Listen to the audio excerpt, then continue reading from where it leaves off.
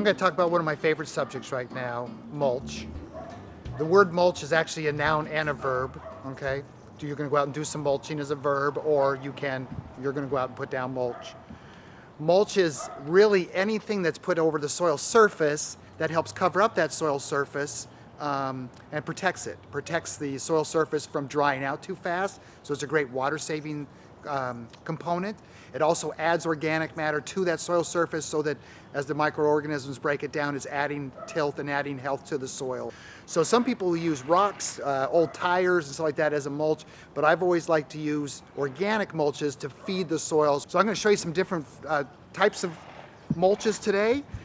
A couple of them that they have here is one is a chunk bark. Now the thing about bark is that, bark is what protects the tree when it's growing. And so in itself, bark is made to be semi-impenetrable so that insects and diseases can't get into it.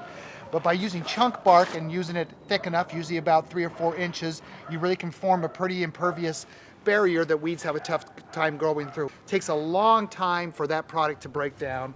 Then you have your medium fine bark, which you can see is not as chunky, has some more fines in it. This one works pretty well for areas that you want to have such a chunky bark. And then they even have fine bark, which you can see is even broken down even more. It has some chunks in it, but a lot of it is just fines, and that's actually will break down and add to the soil very quickly. So between the three, this takes the longest to break down, this takes the little less time, and this will break down the quickest, which means you would probably have to replenish it a little more often. One challenge we have found with the fine barks is that when it's really fine, it actually can pack itself down to a point that water becomes semi-impervious, almost becomes hydrophobic, meaning that the water cannot penetrate that, and it actually starts forming a barrier just because that's what bark does when it's on a tree and such.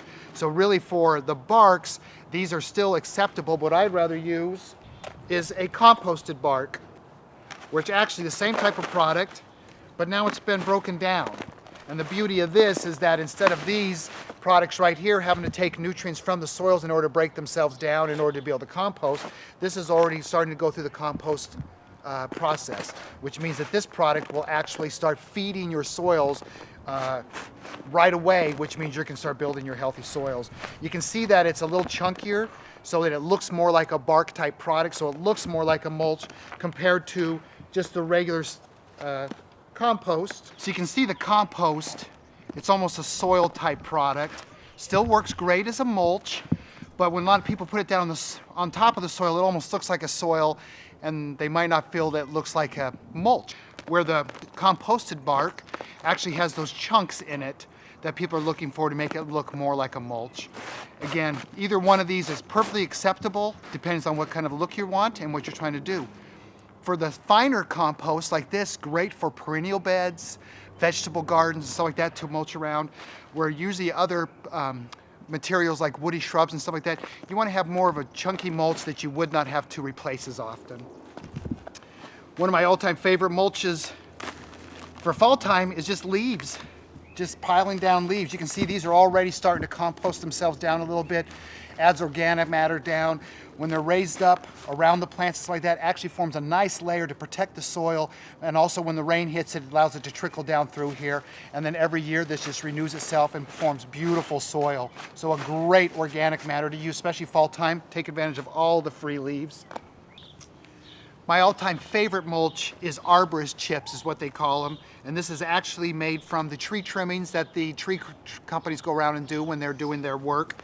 A lot of times it has greens and browns in it. So it has some of the woody material from the plant, but also has some of the leaves and everything that was also with the plant when they were doing the trimming on it. And by having greens and browns, you're actually, again, starting to form compost right there by the arborist chips. They're nice and light, so you can get a nice thick amount of mulch really quickly, and they allow all that water to flow right down through it and get into the soil system. The beauty about the arborist chips is that most Successful gardens are fungal-based soils, and this will bring the fungal base back to it when it starts forming the mycelium and such. So to be able to put a product like this down over your soil surface, around your woody plantings and your shrubs and stuff like that, not only conserves the water, but starts doing the soil building and starts forming the fungal-based matter that those plants will really thrive in. So arborist chips, they're usually free if you can find a tree company. One of the best mulches you can put down on your yard if you can get a hold of them.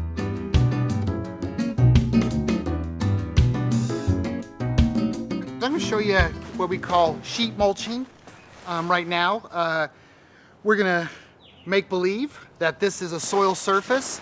Just place the cardboard straight over that soil surface to cover it up. And then we start to form a barrier that weeds have a tough time breaking through and allowing our plants to do well and the mulch to stay on top without having all that weed growth. So if you have a lot of weeds, sometimes just to knock them down, put a piece of cardboard on top of them like that. And then you can come back with your leaves, if you have leaves. And if you have lots of leaves, you can just pile up all those leaves. I don't have a whole lot of leaves.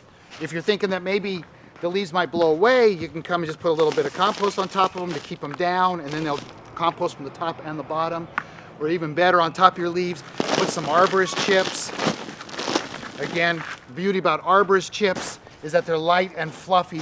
The beauty about any mulch is that it'll save you on weeding by forming a barrier that the weeds have a tough time growing through. It also conserves moisture underneath there because by forming a layer over our soil, it decreases the amount of evaporation that goes on for the soil by just keeping that layer cool and moist. So by building a layer like this with your arborist chips, then you have a nice pile right on top of it like that, thick so that your weed control is very well, thick so that your water conservation grows well and stuff like that. If you have a plant that you're putting mulch around, you're actually going to want to have a spot around that crown that you don't have mulch piled up, and then what we call is feathering. You just feather it out from there so that on the outsides of your plant you have a tall mulch, but you don't have any of the material around that crown, which has caused some rots or some problems with your landscape plants. So as long as you keep that crown free of any debris, feather out your compost from there, put it as thick as you can on the edges, 3 or 4 inches or something like that, forming a nice barrier around your plant. Then you have a really nice mulch layer that's going to be your most effective weed control and your most effective water conservation method by keeping your soils nice and warm and cool.